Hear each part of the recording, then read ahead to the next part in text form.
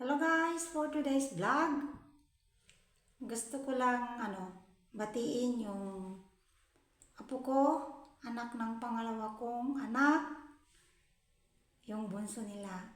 Birthday niya ngayong araw, October 31st. So, Christoph or Top Top ang kanyang palayaw. Happy birthday to you, apo.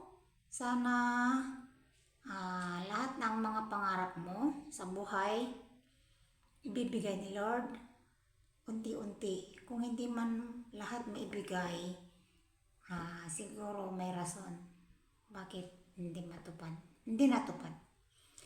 So mag-aral kang mabuti, anak, apo, at magpakabait ka. Alam ko naman mababait kayo. Although hindi kayo palagi sa bahay kasi nga diyan kayo nakatira sa bahay ng lola nyo. Siguro pag nandyan ako, siguro palagi rin kayo doon. Siyempre iba naman kasi guys kapag wala ako doon. So masaya ako dahil narating mo na naman ng 1 taon sa pamamagitan ni Lord. So, thank you so much, Lord Ama, dahil narating na naman niya ang kanyang kaarawan. At saka, malalaki na sila.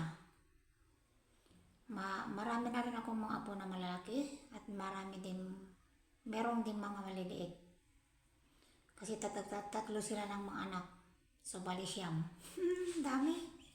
Naging triple yung anak ko. So, big blessings.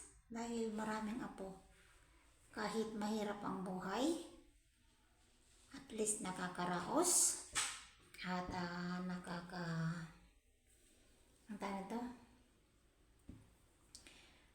nakaka-survive, kakaraos-survive, isa lang, nawawala na.